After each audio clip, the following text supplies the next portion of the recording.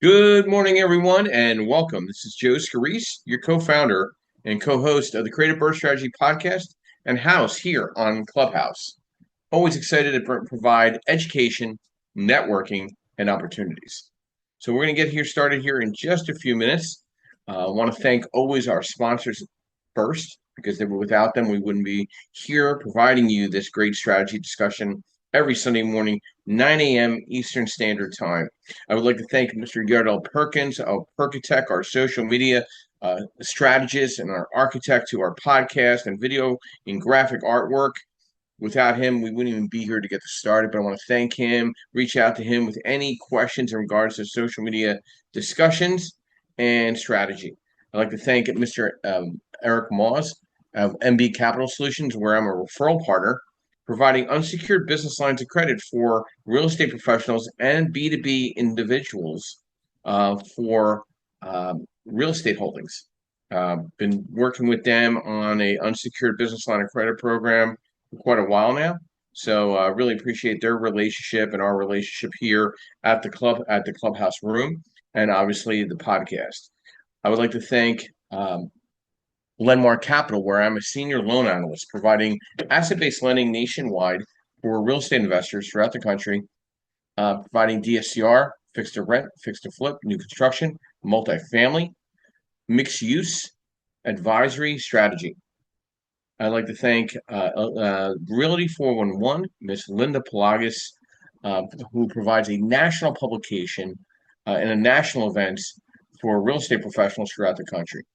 And then last but not least, two more. I'd like to thank Elite Dealmakers, where I'm aligned with them in providing educational networking events in New Jersey and Pennsylvania, and then where my real estate licenses are held with TCS Property Management. They have property management services throughout the country, providing property management and maintenance for real estate investors and landlords in various markets. But a really great week this past week. I've been traveling quite a bit. I just got back from Rhode Island, where I presented a CE course on asset-based lending, not just for agents but for real estate investors. A full room, probably about 45 people on a Saturday, beautiful day. We also held our first mastermind in Connecticut at our corporate offices in Westport, Connecticut, at Lenmark's offices. Had about 30 people there, which was extremely impressive for our first event. I'm really excited about the relationship I have with Dave DeVito and how Lenmark is allowing me to host an event at their offices in Westport, Connecticut. And if you've ever been to Westport, Connecticut, it's just a beautiful area. And Rhode Island, it's just beautiful to drive through. Was at a couple other events this past week. I was at the HABCO general meeting and also Jumpstart Germantown the same evening in Philadelphia. HABCO is the landlord association for Philly. Obviously, they've been embattled with a lot of various moving parts with landlords and tenants in Philadelphia, but they had a really nice event at St. Joe's University. Got to see some people I hadn't seen in quite a while. And then I got to go to the Jumpstart Germantown. I met a really great young architect talking about different types of designs and architectural space with a co-living space, discussing some various options there. Then I was at the Integrity Home Buyers Networking event in York, Pennsylvania. That was a lot of fun. We had met about 60 to 70 real estate investors, probably more close to 75. Very exciting room, younger room, a lot of high energy, a lot of just good conversation, very spiritual room as well. So I'm excited about that. It was just a really good week of meeting and greeting a lot of people and follow-ups and follow through. This week we're at South Jersey in Haddon Township tomorrow night with the Elite Dealmakers event.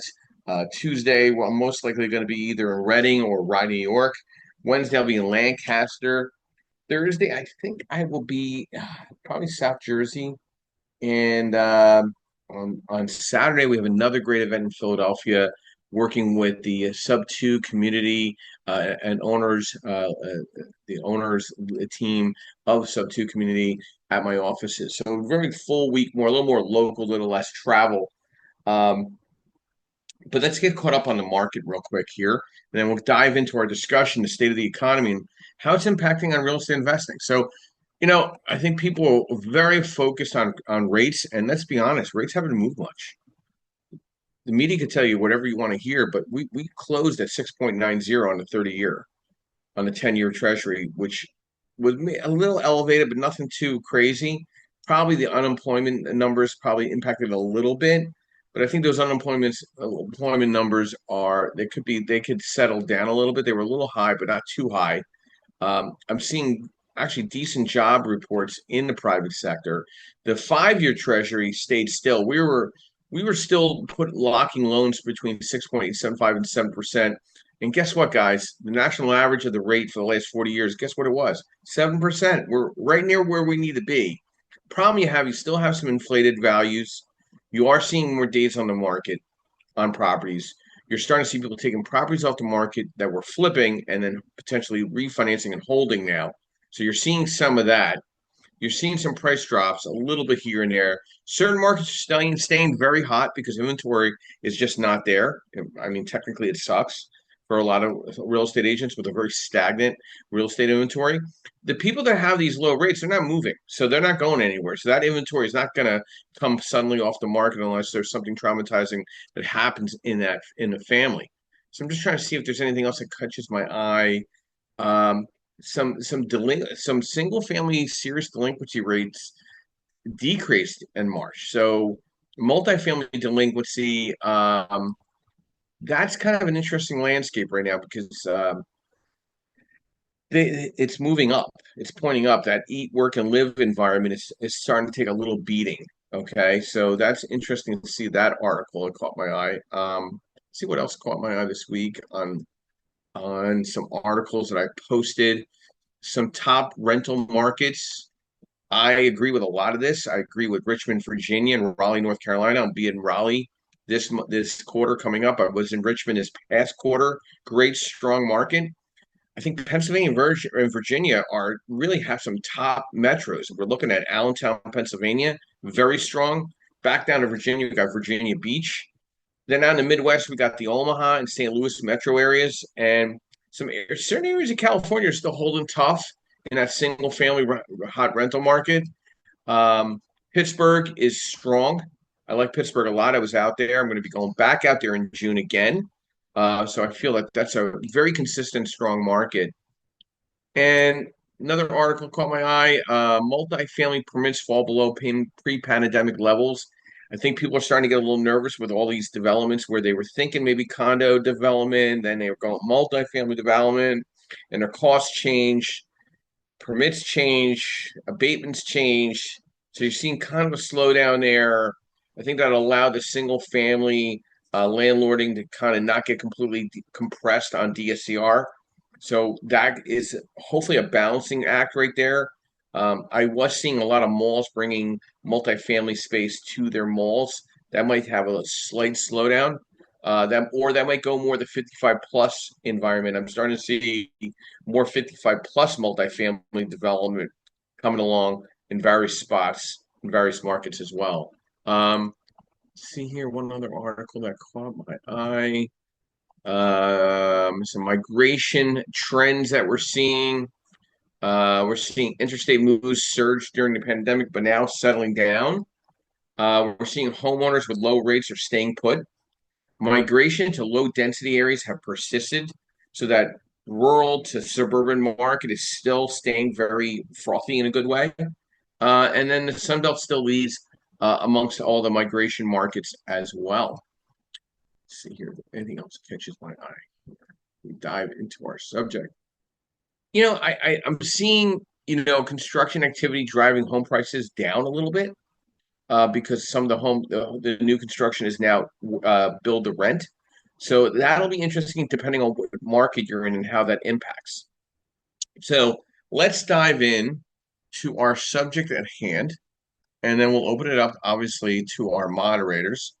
And, the state of the market as of May 2025, the real estate market is navigating a complex landscape shaped by economic factors and demographic trends, and evolving buyer preferences.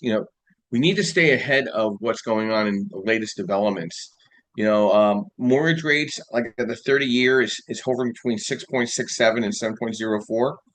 Home prices, depending on where you're at, they're increasing, decreasing, but there's a lot of attributing factors based on limited inventory and sustained demand. Inventory constraints, homeowners are reluctant to sell due to previously secured low mortgage rates, leading to a lock-in effect. So this behavior continues to limit the number of homes available for sale. I'm seeing the off-market industry right now with the investors at an all-time high. I mean, when you go to a networking event, everything's discussed off-market. Some of the market trends, buyer behavior, despite affordability challenges, some buyers are adjusting to the current market conditions and moving forward with purchases. And there's some regional dynamics. The Sun Belt is staying very hot in regards to job opportunities and migration patterns. Then there's obviously climate conditions that are, a lot of areas are at risk with severe weather events and influence buyer decisions and insurance costs, which is very interesting right now with insurance. The commercial real estate outlook. The Fed, actions to reduce interest rates are expected to lower borrowing costs, potentially encouraging investment in commercial real estate. I'm still a little hesitant on office retail, mixed use. I'm concerned of increased vacancy and rising rents in that space to cover overhead or CAM back to the landlord. And some future projections. I think we're looking at a 9% increase in existing home sales and 11% rise in new home sales for 2025, indicating a slight rebound in the market activity. So there's going to be obviously affordability challenges. High home prices and mortgage rates continue to pose affordability issues, but I really don't feel like the rates are that bad. I think we were spoiled during COVID with a blip in the market where we saw 3%, which I hope to God we don't see that again, or something catastrophic as COVID, where the government is insane to shut everything down. Where many renters are spending significant portion of their income on housing. So is there going to be enough money to put into a deal if you're renting at a nice Class B market? You're going to get real comfortable. You're not going to save money for that to buy that house, and you're going to get comfortable living and renting. So very interesting dynamic going into May of 2025, and very excited. But I'm excited from a investor perspective. I'm meeting a lot of new people. I'm getting a lot of emails and inquiries by older clients that I haven't spoke to in 5, 8, 10 years. Really interesting stuff. So a lot of people are coming off the sidelines. So let's get started with our moderators. I want to thank them again for their patience. Bob, good morning. Welcome back. Brief overview, who you are, what you do, and thoughts to our discussion, state of the economy and its impact on real estate investing. Hey, good morning, Joe. So my name is Bob Chesick, president of Chespin Corporation, helping people set up LLCs. I'm not here to give legal advice today. The economy, first of all, thanks for having me back, Joe. I know I was MIA there for about a month, dealing with some personal health issues, but I'm on the mend now, so should be more visible in the coming weeks. But the economy, this economy has just been very, very bizarre. It not just for real estate investors, but anyone with an entrepreneurial spirit. All kinds of businesses are having bizarre struggles. This is the time of year when, just as a side note, when we have our renewals for Delaware LLCs, and we have never had as much pushback from people who are trying to get extensions on paying their franchise taxes and all that stuff that's due at the end of the month. Well, the state doesn't give extensions. You don't pay, you get fined, and you lose your registered agent. That's just how it works.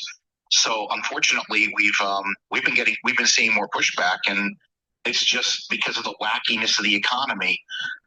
What Joe said about people not moving a lot, definitely talked to people just in my personal life and even some clients that were thinking about moving and just decided that with the way things are, they feel more comfortable staying put right where they are, concerned about potentially upsetting their own financial balance. Others were very skeptical about moving to a new area where, maybe to take a new job or whatever the case may be, and getting nervous that what if it doesn't work out? Now I'm saddled with all this expense. I'm outside my comfort zone. People just seem to be really hunkering down again. I mean, not to the extent that we saw during what I call the end of the world in 2020, but definitely more people are a lot more, for lack of a better phrase, fiscally conservative across the board. And it's impacting not just real estate investments, but it's really impacting a lot of small businesses. And I can say that anything from somebody trying to buy and flip homes to the guy down the street running the bar. There's just a definite recoil, and a lot of it are leftover habits from 2020. And it's a very bizarre time. But the biggest challenge that I've been seeing with my clients, and not just real estate investors, of all clients, is frankly getting people to make the purchase and getting people to pay the bills for the purchases they made.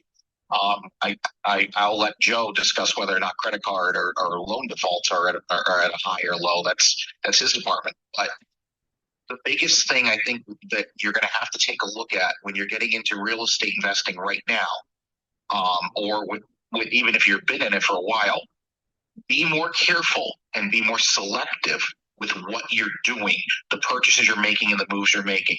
Is this the right time to jump into a market that you're not familiar with?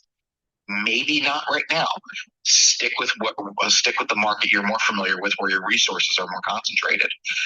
That seems to be the pattern that I'm seeing more and more with my clients. And also understand that a lot of people are taking a lot longer to make decisions, and they're much more price sensitive than they've ever been.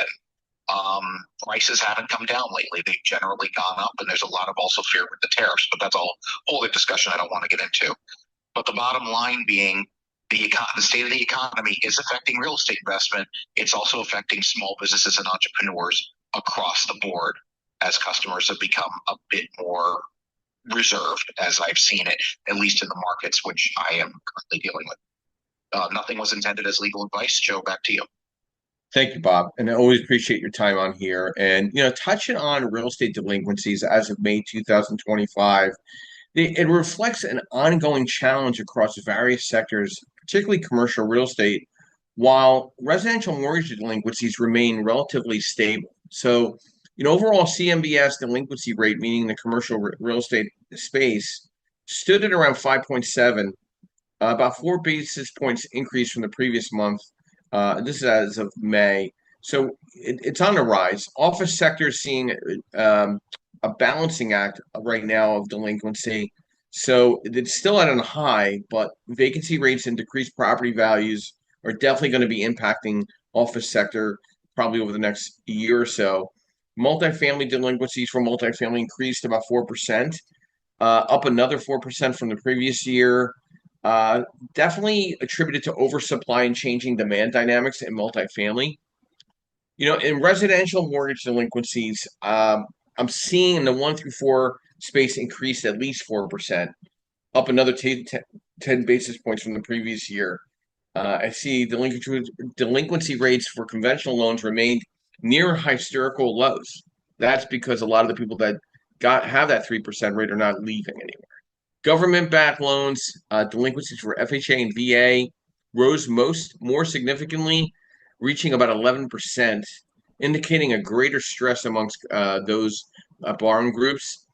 Refinancing pressures, approximately about $1 trillion in commercial real estate debt is due in 2025, with sectors like office and hotel facing higher delinquency risks due to refinancing challenges and sector-specific stresses. Interest rate impact, is the Fed really impacting rate right now? They're independent. They're not part of the government.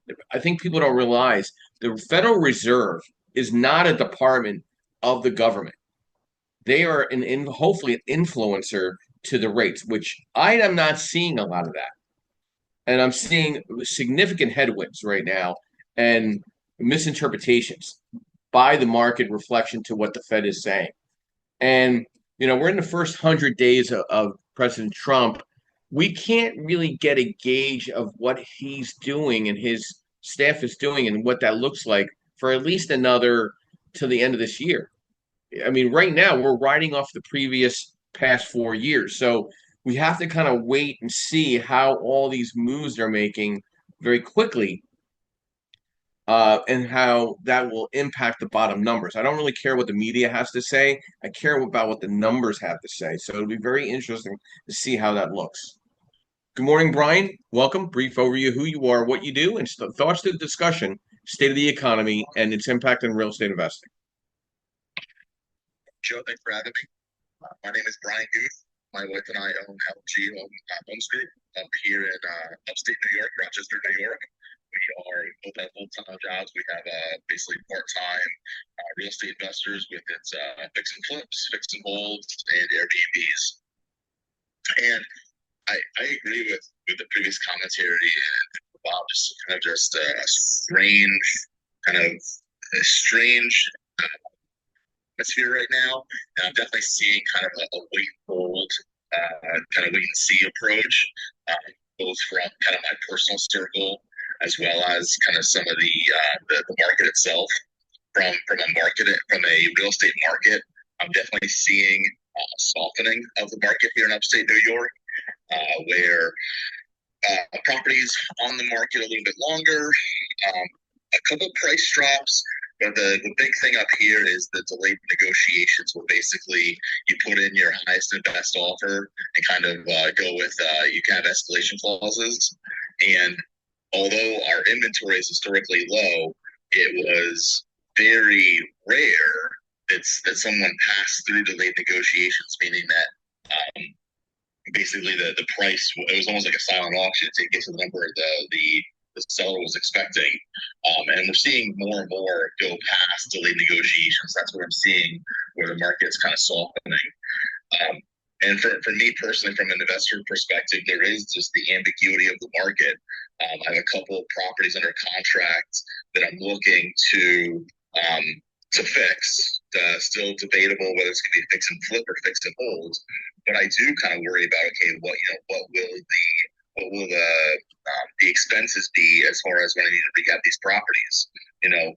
I built in enough buffer, but just kind of curious, will it be a 40,000 rehab, using my numbers from 2 months ago, or will it be a $46,000 rehab? If prices start to spike. So just kind of an interesting concept. I'm not changing what I'm doing. It just kind of, I guess, if I really kind of self-reflect, I'm also kind of taking a wait and see, or not as aggressive approach, just to kind of be cautious to see how things kind of settle out. I'm not as in tune kind of to the global economy, kind of things like that. I'm just kind of sharing my perspective of what I'm seeing here in upstate New York. And with that, I'll pass it back. Hey, Brian, I got some questions for you because obviously, I'm a fan of that whole corridor up there, Rochester, Syracuse, even Binghamton, or even consider Albany and Buffalo and Ithaca all in that same corridor. Where are we seeing the biggest migration movement of jobs right now? Because everybody has a different opinion. Is it Syracuse? Is it Ithaca? Is it Buffalo? Where are we seeing migration numbers? Because Buffalo got ranked in the top 25 places, best places to live, which I found very interesting. And then I found that jobs were going into Syracuse and Ithaca. So what is it? Like where are we seeing the rental impact for the investor right now up there? Because Rochester's always been rock solid as a highly ranked cash flow play market. So what's your thoughts on this? Yeah, admittedly, I don't want to sound like an expert on this because I kind of just I see and hear what I see in my circles. Yeah. The biggest thing that I've noticed or been aware of, I would call out Syracuse. I forget the company. Macron. What's that? Macron. Maybe that's what it is. Like they got a huge grant from the state, so obviously they're going to start building, start developing. But obviously, if you're bringing in tens of thousands of jobs, there's going to be a housing need after the fact. So to kind of throw it out, I don't have much knowledge on this. I haven't heard of that. But Syracuse up here in this area, the Syracuse, Rochester, Buffalo area. The Syracuse is definitely the up and comer from what I've observed and kind of what I read up on. Yeah, it's an older stock of real estate there. I mean, the average house was built in 1954. So it's a very interesting how they're going to have to revitalize that market. It's an older market, older community. A lot of people stay there. But to what Brian was saying, yeah, the U.S. real estate market is showing signs of softening as of May 2025, and it's influenced by various economic factors: slowing price growth, increased seller concessions, rising inventory, longer time on market, affordability challenges. There's regional variations. The market softness is not uniform across the country. Suburban areas have seen significant price increases, where in contrast, urban centers have seen declines and dropping as much as 17%. Looking ahead, experts anticipate a continued moderation in home price growth. There's probably a forecast of about 2.6 increase in home values for 2025, which is much different than the previous, 4 or 5 years. The challenge is affordability and the lock-in effect, where homeowners with the low mortgage rates are reluctant to sell may continue to impact market dynamics. While the real estate market is softening, the conditions vary by region, and factors like mortgage rates and inventory levels will continue to influence trends throughout the year. Good morning, David. Welcome. Brief overview: who you are, what you do, and thoughts to a discussion: state of the economy and its impact on real estate investing. Mr. Dave, going once. There you go. Yes, good morning, everybody. Hey, Dave, why don't we have a pretty picture of you, man? Why is it such a mystery? You know what? I didn't even think about that. I will upload a picture. I mean, you could just use a picture of me if you want to make yourself feel better. You know what I That mean? would probably be better, actually. Yeah. So good morning, everybody. My name is Dave Benjamin.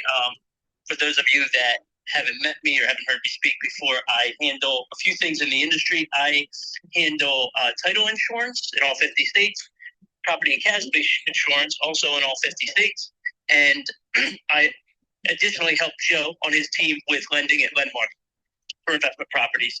So some of the things that caught my attention that were spoken about this morning are what Joe was saying and a few things that Bob was saying. So let me kind of start by saying between Friday and tomorrow, I will take in on the title side 4 title orders. And out of those 4, 3 of them are for investment properties. So that's clearly been the active part of the market that I'm seeing, way more than owner-occupied properties. And I think the reason for that is because some of the things Joe and Bob were saying, that people are really holding on to their money in this economy. They are only spending, and I'm going to put myself in this category too, only spending on things that are income-generating things. So, especially if they have really low rates on their primary residence, I don't see a lot of movement. And it's made for probably the least active spring market that I've seen in the 20 plus years I've been in the business. And everybody I talk to is kind of saying the same thing. So it's unfortunate. I do think, and this is an economic statement more than a political statement, but if you take it as political, so be it. I do think it stems from really the rough patch we went through from COVID on in the last 4 years. Some really unpopular policies economically have put people in a real bind. So here we are. With that being said, I did do a closing last week for somebody's primary residence, and they had a 6.5 rate for 30 years. And they were kind of, not complaining, but kind of asking my opinion on, I thought that was a good rate or not. And everybody around the table was like, yeah, comparatively speaking, that's really good. But people are kind of spoiled from the 2020 rates that Joe mentioned. They're still expecting, the 4.5% rates. So they aren't bad. Rates are not bad right now at all. Over the history of rates for mortgages, they're actually very good. So it's just a reset. And, hopefully that adds a little bit to the conversation. I have to jump off a little early today, but I put my phone number in the chat. Anybody can reach out to me at any time for questions on any of the things I mentioned: lending, homeowners quotes, title, insurance fees, anything you need. Hey, Dave, you got a quick minute? You've been at a lot of newer events that you're not accustomed to attending. Has the general consensus been renovating to hold or just finding turnkey comparatively to flipping in the markets that you've been marketing in, which is really South Jersey, Philadelphia, maybe Delaware a little bit? what has been the general consensus? Are you meeting a ton of flippers? Are you meeting a ton of people that want to do burr strategy or light renovation and turnkey? What has been your trend doing title, insurance, and private lending now this past week? What has the general consensus been? Yeah, most definitely the flipping has decreased. Everybody I'm talking to, I pretty much ask that question. One of the first things I ask, oh, hey, you're an investor. What is your strategy? Do you buy and hold? Are you more of a flipper? And 9 times out of 10, people are not flipping right now. They are buying. Most of the properties do need some updates. So in a lot of cases, it's not turnkey, and people seem to be okay with that. Again, people seem okay with spending money on something that's going to be income generating. So if they have to, put $50,000, $75,000 in the renovations, they seem more okay with that. But they're not flipping for whatever their reasons are. They're definitely not flipping. Dave, thank you very much. Look forward to another great week with you hitting the streets of real estate with investors. And I had a discussion with a group of investors yesterday in Rhode Island, and we ran scenarios, DSCR, as well as fixed to rent.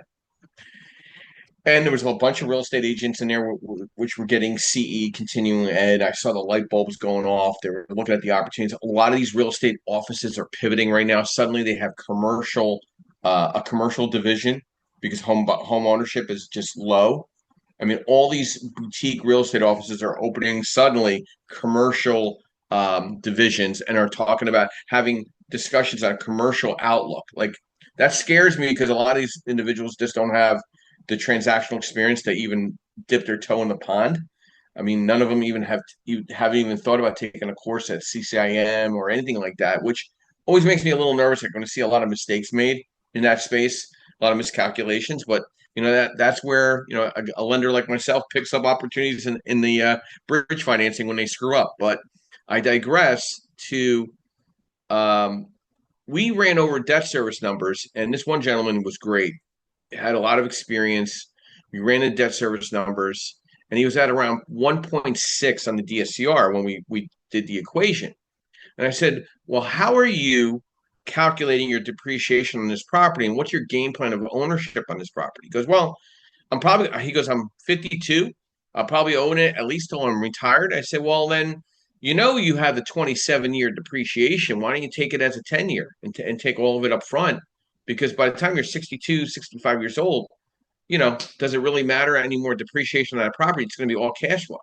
And I said, your debt service by the end of the year will be close to more 2% a month on average based on the tax deductions.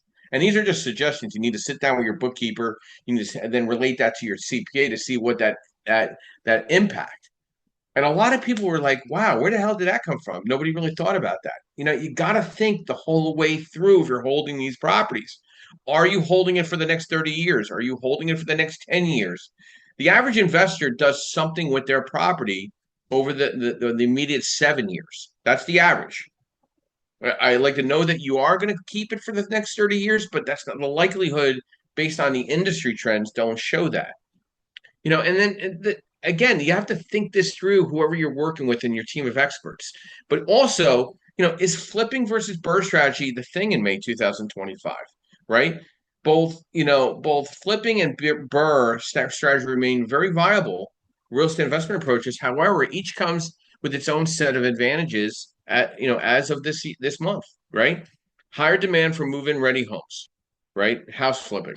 People don't want to barely want to hang a picture. They want to order everything from IKEA and Amazon, and hopefully it all shows up assembled. Potential quick profits, but are you really making profits if you're flipping within the first year? What is the government obtaining from you on capital gains? There's higher borrowing costs, right? For high, really on the construction side, not really. Rates for construction dropped. My construction numbers, I'm at 8.99 starting a construction.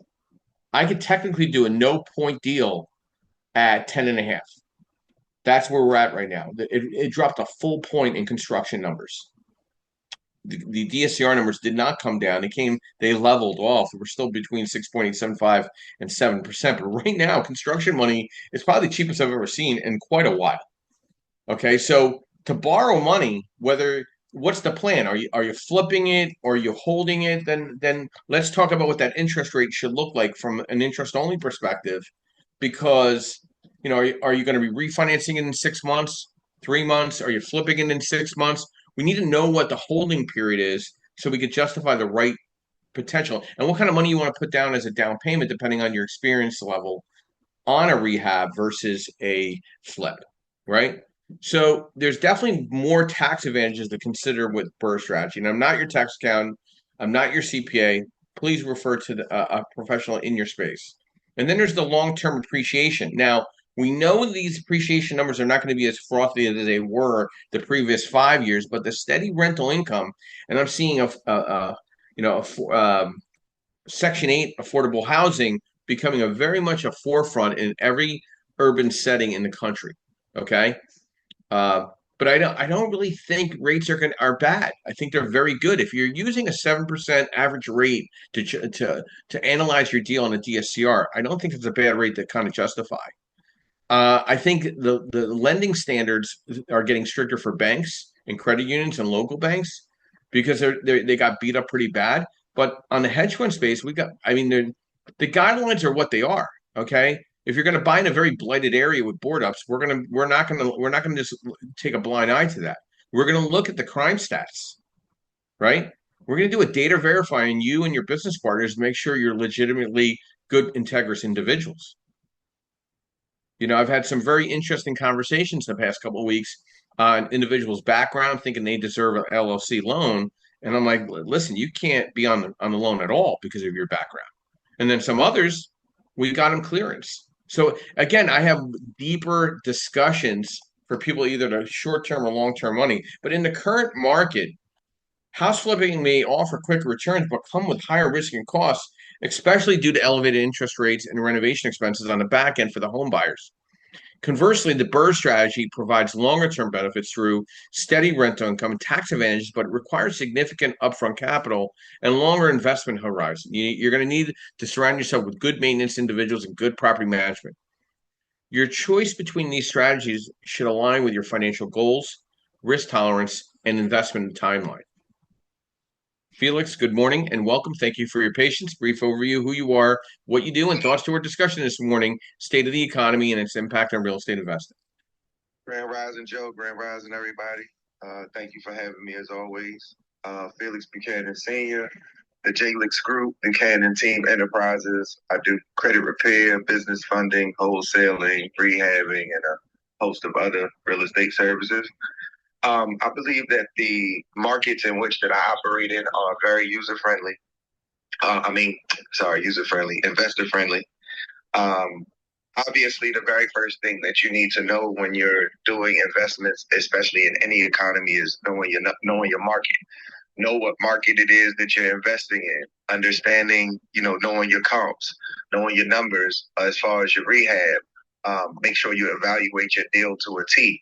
This is the time to just make sure that you get more, involved in every aspect of the rehab, just to make sure that you're not losing money because of contractors charging high prices, using what's happening in the economy and administration as a way to get more money. Make sure that you know what your miscellaneouses are, especially with a market like this. Just make sure that you add more to miscellaneous because of the administration. You're not 100% sure whether the material is going to go up. I added that into my contracts, just like COVID, where because of what's going on with tariffs and such, prices may go up. So you let the investor clients that I know that I'm working with, that there's a possibility that the cost of material, when I gave you this estimate 2 weeks ago, 2 weeks to a month later, the numbers could rise. Know what your exit strategy is. If you're buying to flip, I still flip a bit in the markets that I'm in. However, we are looking more for buying holds. Agreed with what everyone was saying earlier, that when you're doing the buying and flipping, make sure that you know what your strategy is as far as capital gains. Whether you're going to do a 1031 exchange, just know what you're going to do with that flip, just in the event that because of the way that the market is, are the buyers going to end up buying? I do Another strategy that I have is with buy and hold is rent to own. That's a very good strategy when you're doing buy and hold. So traveling nurses, Airbnb, I'm not so big on Airbnb just because of the constant rotation of if people have to come in and out, you have to have the people that are going to clean the properties on a consistent basis. Rooms for rent, multi-units. Multi-units give you a different level of protection because if one tenant wasn't renting and you have a full unit, you're still able to produce income and make a return on investment. Voucher holders. I've dealt with voucher holders for years, different sectors, Section 8, Baltimore County Housing Choice Voucher, a company called BRHP. They're great. Even during COVID, all the clients that I had that had those tenants, they got paid.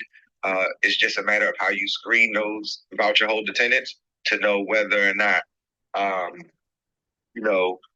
they're going to be a good fit. I haven't had bad experiences with any voucher holder tenants. However, of course, I've heard a million different stories of it just not going the way that you want. Uh,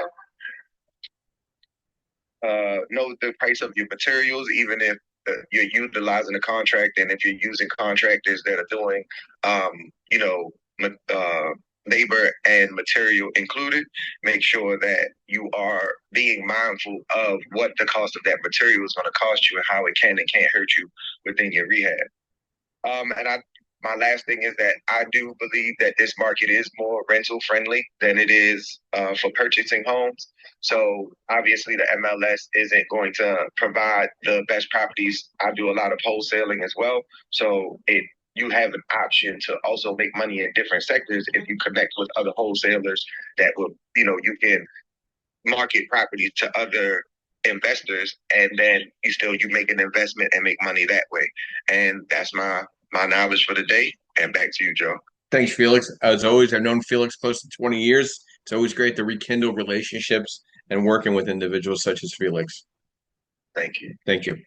So, it's funny that Felix brought up STRs, and I have about a half a dozen short-term rental loans in my pipeline currently, and they're actually panning out. And in Connecticut, when we had our mastermind on Thursday, there was a young lady there, not a young lady, but somebody, more seasoned investor. She owns short-term rentals in California, Connecticut, one other area, and she's like, Joe, I want to buy in areas where I would want to stay. Even though Indianapolis, Indiana is a very hot STR market, I would never want to stay there. So, like, why would I want to own there? So, I think when it comes to STR and MTR, you go more with your gut instead of the numbers itself, because you want to kind of you want to be part of that experience. And I'm seeing a lot of opportunities out in the Lancaster area, central Pennsylvania, Hershey market. The numbers are jiving, and and asset-based lenders are very friendly to STRs at this point, as long as it's not full rural designation, and that's when it gets a little wonky and it falls back to the local credit union or local bank.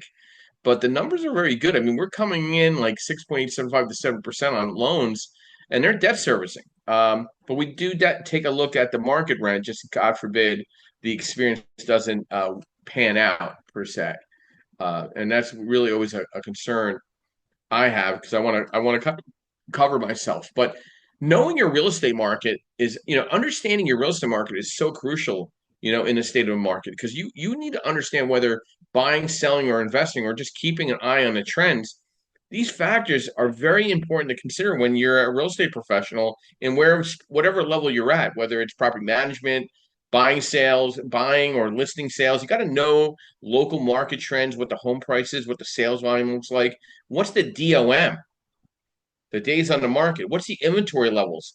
Seller's market, buyer's market, neighborhood analysis, looking at school ratings, crime stats, amenities, walkability, future development plans. What are the economic indicators? Employment rates, local business growth, new construction can all impact real estate. And interest rates. To me, it's a perfect investor market for interest rates. Now, for home buying, it all depends on necessity and location. And how will that affect affordability? And then what is the rental market in your space? Rental yields, vacancy rates, tenant demand. These are all very important factors in investing. And then what is the CMA or the comps to determine fair value? Like we actually just booked two appraisers, one for South Jersey and one Philadelphia, understanding appraisals. 101. I got to take it back to 101 because people are not even at 102. And I think people need to have a lunch once in a while with an appraiser.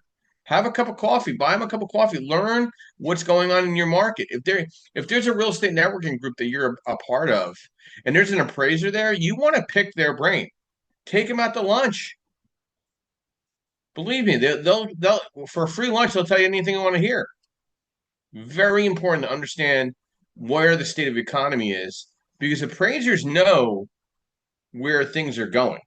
They're kind of on the inside track on foreclosures, uh, share sales, all that. They know where all that is going because they're doing bank work, not just for lenders like myself, but they're doing workouts. They know it. The postman knows and the appraiser knows what's going on. I'm going to go back to Bob real quick. Bob, what's some additional thoughts to the state of the economy and its impact on real estate investing? Bob? Well, thanks, Scott. One thing I wanted to circle back on before I give thoughts, I threw it in the comments, but when Brian was talking about Syracuse, made me think. In previous life, I used to be a civil engineer. I was a highway designer, bridge designer for various projects in the Northeast, and New York State they're now doing this in Syracuse, and they did this in the Bronx a few years ago. New York State is actually starting to dismantle urban interstates in certain areas. A few years ago, they dismantled Interstate 895 in the Bronx and turned it into Sheridan Boulevard. It used to be the Sheridan Expressway. Now in Syracuse, they're ripping down Interstate 81 through the middle of the city. The section from the southern end of the bypass, which is Interstate 481, to another Interstate 690, which runs right through the middle of downtown. They're going to tear it down, the viaduct, and replace it with an urban boulevard, which they say is going to reconnect the neighborhoods that were divided by the highway back in the 60s. Interstate 81 is going to be relocated onto what is now Interstate 481 to bypass Syracuse altogether. And that project's currently underway. So very interesting that like New York has definitely grasped onto it. Wilmington, Delaware had a similar idea to tear down I-95 a couple of years ago and reroute it to the bypass, but they ultimately opted to rebuild the viaduct there. But that's another way that some areas, the smaller metros, they're trying to reconnect their neighborhoods by undoing the urban freeway systems and urban highways and boulevards. Rochester also dismantled part of what was called the inner loop and turned it back into a boulevard.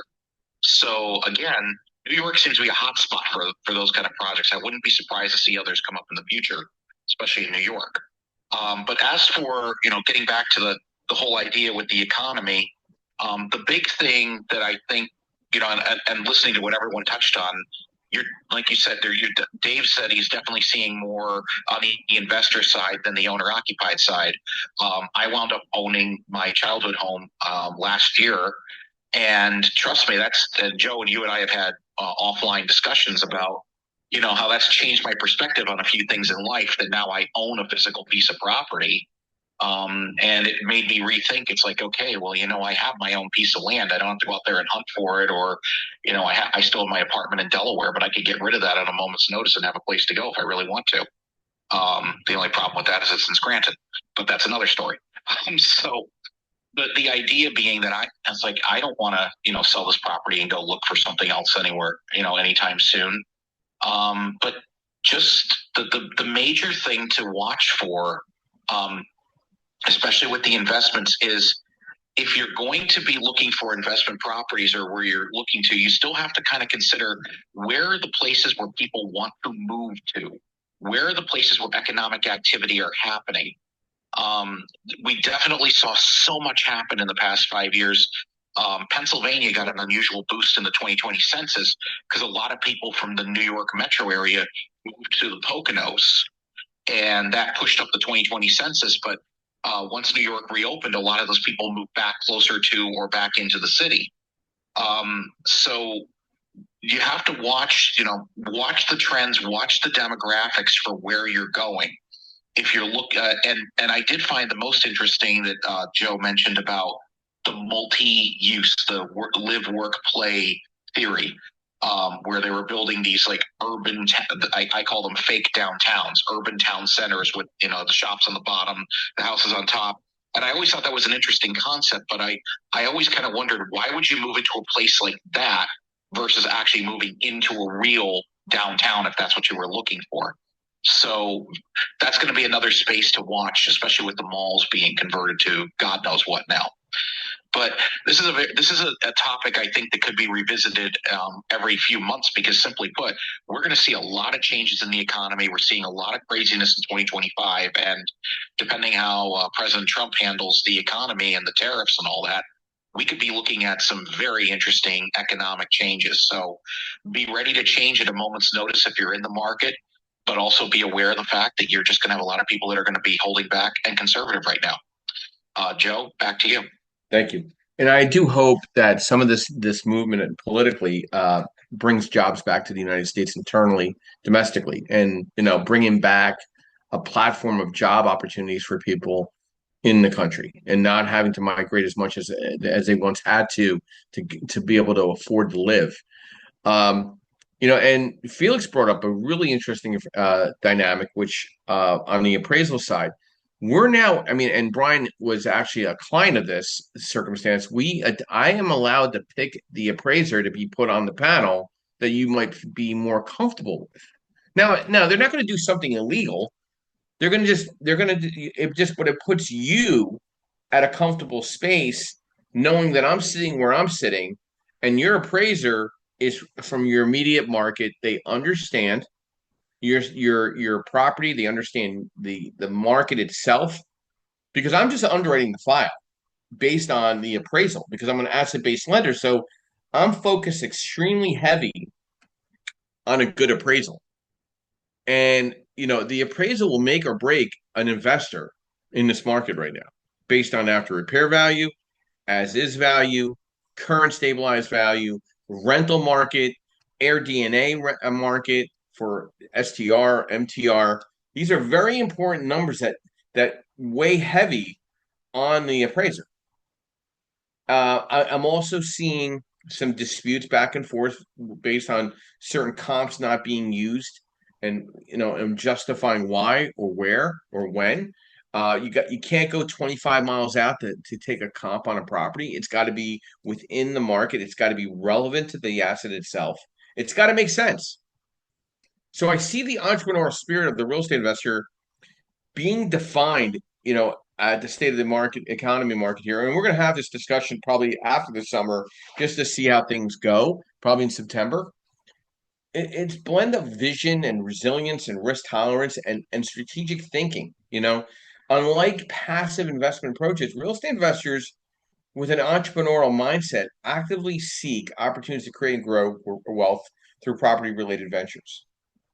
The opportunity recognition, being creative and problem solving, calculating risk taking, networking and negotiation. I mean, I am a big fan of sponsoring networking events. I love those events that are somewhere between 25 and 100 people in a room. Why? I get to know everybody. I get to have follow up with everyone. I get to ask very specific questions to make you feel comfortable in a follow up discussion. There's execution and systems as a real estate investor, long term thinking and legacy. I also had a discussion yesterday at our presentation in Rhode Island as well as Connecticut. What have I done differently this year than any other year as a real estate professional investor? And I tell you, the biggest thing was, okay, I do a lot of networking. I meet a lot of people, but I support it now, spending money, not bullshit money, real money on social media analytics, meaning media placement in Facebook, LinkedIn, Twitter or X, Blue Sky, YouTube, TikTok. I'm trying to think where else other sites. Instagram. Like Instagram. I like Instagram. I'm close to 4,000 followers. I've increased that impact. I'm very heavy in the LinkedIn space. I'm very committed to providing educational blogs and information and insight. So to me, I think that's very important as a real estate professional. You need to stay in front of your audience, okay? You need to spend money in the right way. Like, do you have all your contacts in one CRM? Like, all of us are hopefully on LinkedIn, right? Do you have every name, email, and phone number to every person that you're connected with on LinkedIn? And if you're not, why? Why haven't you set up a calendar discussion with each 10 people a week on that? That's going to be the game changer in your state of the economy as a real estate professional or a real estate investor. So, like I collected all my data from LinkedIn, and now I'm going to have people setting appointments for me to have follow-ups with all the people that I'm connected with on LinkedIn. Why not? They're connected to me for a reason. Their impressions show up on the articles that I post and the blogs I post and the polls I post. So why not follow up and see how they're doing and what's going on? How can we be of assistance to one another? The follow up and follow through is also an impact to the state of the economy. It's how you handle this economy as a professional, meaning you could either retract and hide in the corner, or you can go come out like a savage. And I think I'd rather come out like a savage and be out there ringing the bell saying, hey, what's going on? Than sitting back waiting for it. You can't sit back and wait for it right now. If you're not seeing the inbound traffic right now, you need to expand or change the lane a little bit or get yourself educated. Do a couple tips of the trade on video work and get yourself out in front of people. We will do a complimentary interview with you on a podcast if you need a one-on-one and get you some analytics video wise. We've just done a couple of those just for the events itself, and they've been very successful.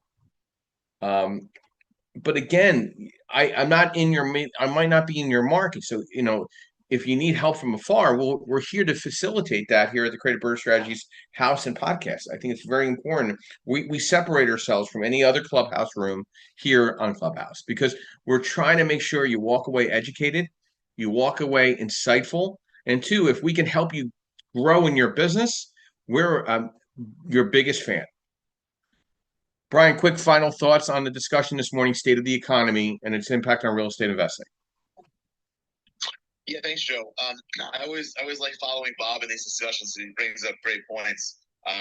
Just kind of knowing, are there situations where the government has funding to put into neighborhood projects, things like that, and think about it. Okay, if there's a project that's been approved for to improve an area, whether it's a developmental area or kind of highway reconstruction, road rerouting, keep in mind of those projects, and then think, okay, 5 years in the future, 10 years in the future, how is this going to look?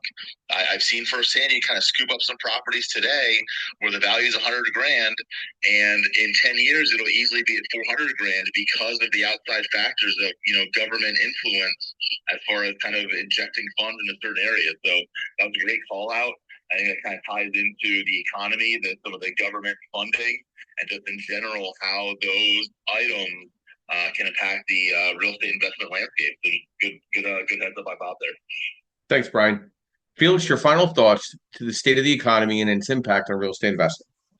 My final thoughts would just be, as I mentioned before, make sure you know your numbers, know your market. I'd even take it a quick step further. Find a mentor or find people that are in that space that are doing it and doing it at a rate that it's something that you want to follow or something that you want to imitate, and see how you can get to either being one of their mentees and or being able to pick their brains. Felix, my final thought to that is getting coached in real estate can significantly accelerate your success. Especially if you're serious about building a business and investing strategically. I get coached once a week. So I am an absolute fan of just mindset and personal development. Avoid costly mistakes, accountability, confidence, network expansion, and faster results. I am a big fan of that. And you really touched on something. I think that's another thing to consider in this type of economy. You need maybe somebody to look over the shoulder and say, hey, where can we make a shift here? Okay. So I want to thank our sponsors, of course, always. I want to thank Mr. Geraldo Perkins of Perkatech. I'd like to thank MB Capital Solutions, your unsecured business line of credit program, where I'm a referral partner. I'd like to thank Realty 411 with Linda Pelagas, national publication and national events throughout the country. I'd like to thank Lenmark Capital, where I'm senior loan analyst, providing insight strategy for asset-based lending for real estate investors throughout the country. I'd like to thank Elite Deal Makers, where I'm extending networking events in New Jersey and PA, and then TCS Property Management Services, where I'm a licensed real estate agent in New Jersey and PA, providing property management and maintenance services for real estate investors. And my quote this morning: write down things you want to improve. Write down things you won't tolerate from yourself. Write down things you never want to see yourself do again, and go forth. Have a great Sunday morning, 9 a.m. every Sunday morning here, Eastern Standard Time. Take care of yourself. Have a great week. If you have any questions, reach out to any one of the moderators that have provided insight or strategy. We're here to hopefully give back and provide and be part of your team of experts. Thank you, and I'll be ending the room in the next 30 seconds.